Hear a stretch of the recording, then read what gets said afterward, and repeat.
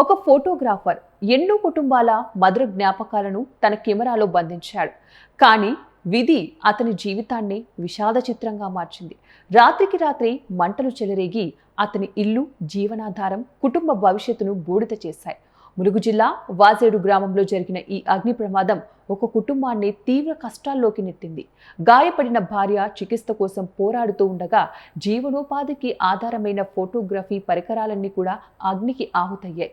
కెమెరాతో ఇతరుల జీవితాల్లో ఆనంద క్షణాలను బంధించిన చెన్నం రాజు నేడు తన కుటుంబాన్ని నిలబెట్టుకోవడానికి సమాజం వైపు ఆశగా చూస్తున్నారు.